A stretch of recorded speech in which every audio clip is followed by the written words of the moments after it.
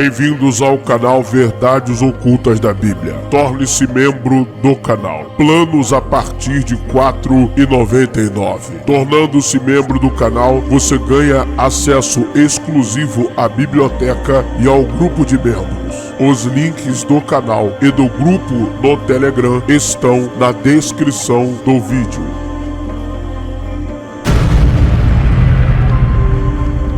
Ative o sino das notificações.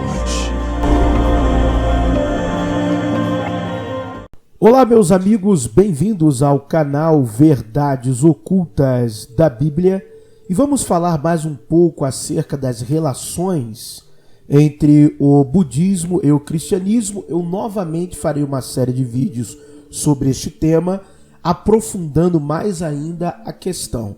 Os primeiros vídeos que eu fiz foram bastante técnicos, mostrando referências bibliográficas, fontes primárias, falando da historiografia do budismo e comparando os textos paralelamente ao Novo Testamento.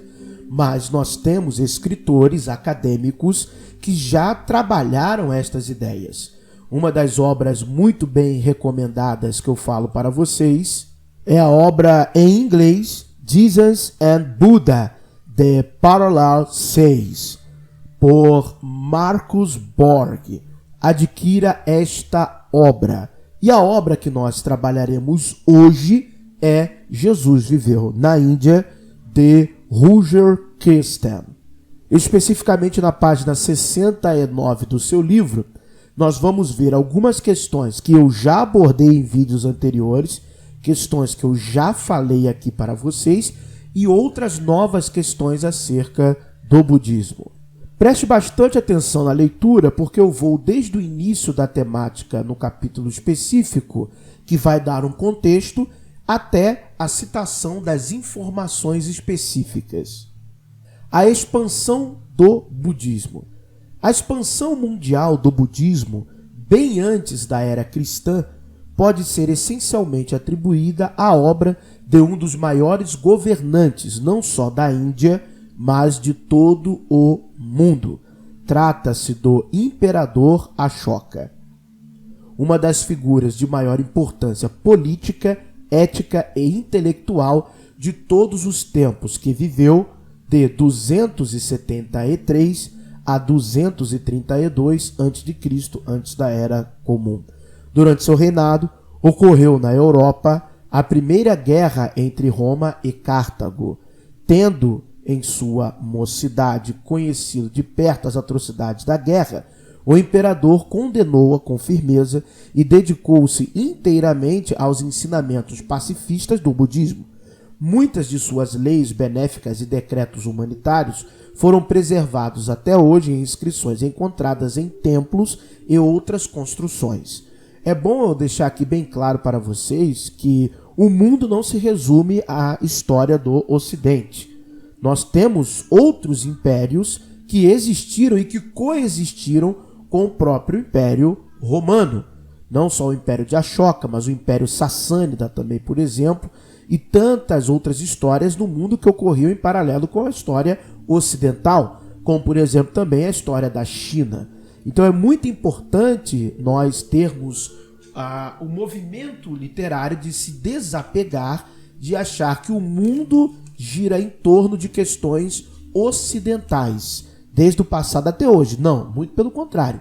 Existiam outros impérios, juntamente com a existência do Império Romano, outros reinos, outros eventos históricos acontecendo. Em um decreto, o imperador ordenou a questão acerca dos seres humanos, que eles fossem protegidos, todos os meus filhos, assim como quero que meus filhos vivam felizes, tanto na terra como no céu, o mesmo desejo a todos os homens. Ashoka mandou erguer, preste atenção nessa informação histórica, isso é verificável, isso você encontra facilmente numa pesquisa arqueológica acerca das questões budistas do Império de Ashoka. Ashoka mandou erguer mais de 84 mil monastérios budistas na Índia e em todo o seu imenso império. Construiu hospitais, inclusive para animais. Foi o patrocinador do Segundo Concílio Mundial do Budismo, realizado em Pataliputra, atual Patna, então capital do império, e que contou com a participação de milhares de monges. Seguindo os preceitos de Buda, organizou a expansão do budismo, contribuindo para a difusão do espírito da Índia nos mais longínquos países. Para isso, contou com o trabalho missionário de sacerdotes enviados não somente a todas as regiões da Índia e do Ceilão, mas também a Síria, Grécia e Egito, através da Rota da Seda. Então preste atenção que estas situações históricas, muitas das vezes, não são dadas a nós para que possamos montar um cenário macro acerca da ciência da religião, das religiões comparadas. Ou seja, havia intercâmbio religioso, mitológico, cultural destas tradições, destas culturas antigas. A divulgação da lei de Buda era uma das obrigações que o Buda Shakyamuni impusera a seus adeptos. Presta atenção nisso. Você vai lembrar de um texto agora. Você vai lembrar. Ide, ó monges, e vagais sem rumo, em benefício e bem-estar de muitos, e devotados à causa dos deuses e dos homens. No caso aqui, deuses são as divindades, os seres celestes. Não espereis a complacência do mundo, que nenhum de vós percorra a mesma estrada. Ensinai o bem, não somente na sua letra, mas também no seu espírito. Apresentai a prática da vida religiosa na plenitude da sua pureza. Assim, estes monges e outros adeptos partiram, seguindo cada qual seu próprio destino. Vai dizer que você não recorda disso aqui? Do ide por todo mundo, pregar o evangelho a toda criatura, quem crer e for batizado será salvo. Essa é a sentença de Marcos, capítulo 16, o último capítulo do livro de Marcos. Viviam como mendigos e de esmolas. Também não te lembra algo? Nada possuíam além da roupa do corpo. Lembra do que Jesus falou? Olha só. Quem é de fato leitor? Porque não adianta ser crítico do Novo Testamento. Você tem que saber a literatura, onde criticar. Então quem já leu Mateus 10, Lucas 10, que vai falar acerca da missão dos discípulos, e lê isso aqui, vê o paralelo claro. Então não adianta ser um crítico que não conhece o objeto da crítica, ou ser um dito crente que também não conhece a literatura daquilo que ele se diz ser crente. Talvez se eu não falasse o capítulo, a maioria que nem ia saber onde está o paralelo. Mas como eu de fato li as escrituras como um todo mais de uma vez, inclusive agora estou me debruçando sobre os escritos budistas, então eu sei perfeitamente onde estão alguns paralelos. Suas vidas eram pautadas pela renúncia a todos os bens materiais. E aí, sabe onde está esse paralelo? Vai pensando aí. Mas esta renúncia não apresentava a mesma severidade ascética de outros movimentos. Ocupavam-se, sobretudo, na meditação sobre os ensinamentos de Buda, procurando libertar-se progressivamente das paixões humanas. Olha isso aqui. Colocar-se a caminho, que é o Pravrajya, né, já, era o principal requisito para fazer parte da comunidade. Ah, comunidade, olha só. Hein? Este era um gesto que simbolizava o abandono do lar e da vida leiga para entrar na ordem dos monges peregrinos, um outro significado da palavra Pravrajya, e para viver uma vida sem um teto. É curioso, o filho do homem não tem onde reclinar a cabeça. Você vê paralelos aqui também muito parecidos com a comunidade dos essênios. Então uma das coisas que às vezes acontece na literatura especializada é que o escritor, e não é culpa do escritor, quando ele se debruça sobre um assunto, o leitor tem a impressão de que aquele assunto abordado, como por exemplo os essênios, viviam num mundo isolado e fechado, sem contato com questões externas e até outras culturas e religiões. Mas quando você consegue olhar, ter uma percepção holística de tudo que está acontecendo, você começa a ver as linhas, as sínteses, as semelhanças destas questões. Para serem admitidos, bastava assumir o hábito monacal, amarelo, raspar a cabeça e pronunciar 3 vezes uma palavra mágica. Iniciação, né? Não precisa nem falar, né? Isso aqui é um rito de iniciação. A idade mínima exigida era 7 anos, idade em que Rahula, o filho do Sublime, entrou para a comunidade. 7 simbólico, obviamente. Tomado por literal? Tomava, mas 7 também tem a questão simbólica. No momento da ordenação, o noviço tomava conhecimento das 4 regras fundamentais da vida monástica. Viver de esmolas, né, doações. Viver de trapos, que seria roupas simples, né? Meditar sobre as árvores, né? Meditação, a contemplação acerca dos mandamentos. Curar suas próprias feridas com urina de vaca. Agora a interpretação disso aqui é uma coisa controversa, né? Tomada por literal em muitos momentos, outras vistas de maneira simbólica, mas não é isso necessariamente que queremos discutir aqui. Olha só que curioso também, preste muita atenção nisso. Todos os monges, sem exceção, levavam uma vida nômade. Olha só que curioso. Indo por toda a cidade de Israel, pregando, anunciando, Judéia, Samaria até os confins da terra. Olha que interessante isso. A tradição nos mostra Buda e seus adeptos cruzando, geralmente em grupos, toda a bacia do Ganges e ao mesmo tempo meditando e pregando os ensinamentos budistas de cidade em cidade, de aldeia em aldeia. Precisa falar alguma coisa? Volta lá em Mateus 10, volta em outros textos do Novo Testamento. É exatamente o mesmo modelo. Existe um interessante paralelo entre a vida dos discípulos de Buda e dos discípulos de Jesus. Jesus enviou seus discípulos para pregar a palavra de aldeia em aldeia. Numa última, a desesperada tentativa de ser compreendido pelo povo de Israel, Marcos 6, 7-13, escreve: chamou os 12 e começou a enviá-los 2 a 2 e lhes deu autoridade sobre os espíritos impuros. Recomendou-lhes que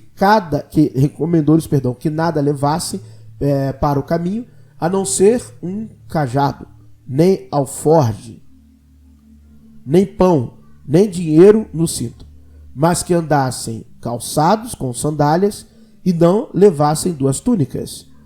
E dizia-lhes: onde quer que entreis numa casa, nela permanecei, até vos retirardes do lugar.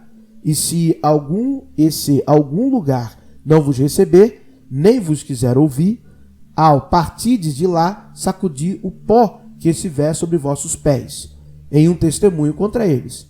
Em verdade vos digo, no dia do julgamento, sereis mais tolerantes com Sodoma e Gomorra que com esta cidade.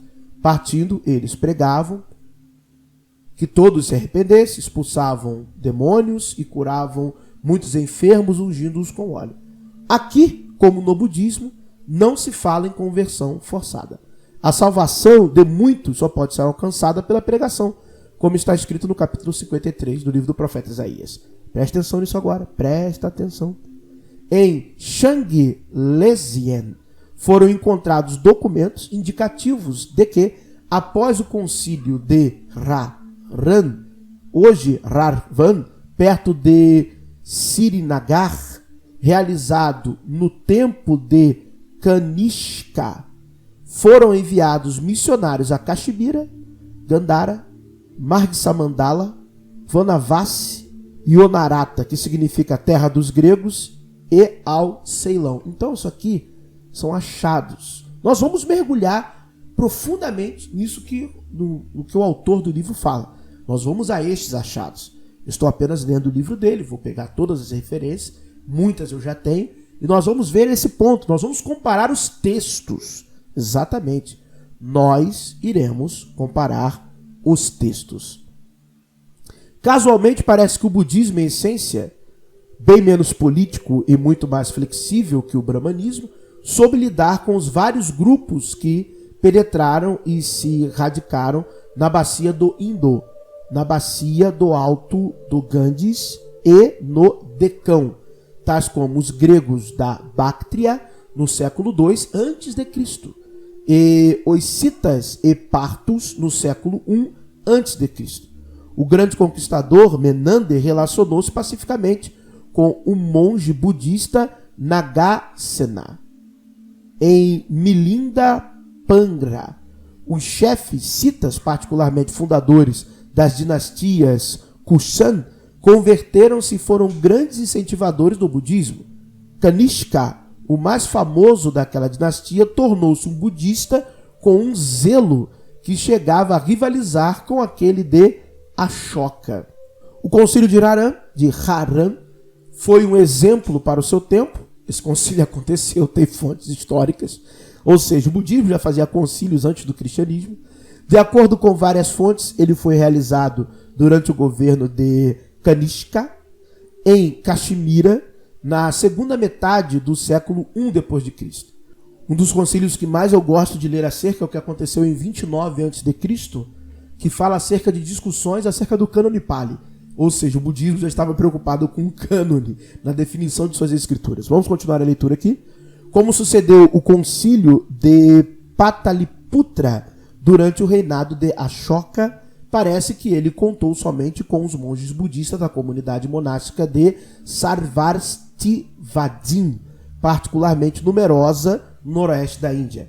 A despeito da contribuição pessoal de Kanishka nessa ocasião, é provável que a ordem Sarvastivadin, nossa, difícil de falar esse nome, Sarvastivadin, da Caxemira, tenha julgado necessário submeter seu Triptaka, a sexta tripla do ensino, a uma séria inspeção para discutir as tendências reformistas divergentes que tinham nascido dentro da comunidade. Ou seja, aquele pessoalzinho que já gosta de dar uma mexida no texto, já tinha no budismo, meu amigo. Tá de bobeira? O resultado de tudo isso dificilmente pode ter sido conhecido por causa das contradições das fontes. Vamos lá, meus amigos. Eu vou ficar por aqui. Uma coisa também muito interessante. Buda teve 12 discípulos, tá? Buda teve 12 discípulos, 10 famosos, um não tão importante e um traidor. Um traidor. Buda teve um traidor, exatamente. Sim, Devadatta é o Judas do budismo, exatamente isso. Então Buda também teve um discípulo traidor, que era próximo, hein? Era próximo, familiar, exatamente isso. Ok? Muito obrigado por terem assistido a mais um vídeo no canal Verdades Ocultas da Bíblia. Que o verdadeiro Deus abençoe a todos.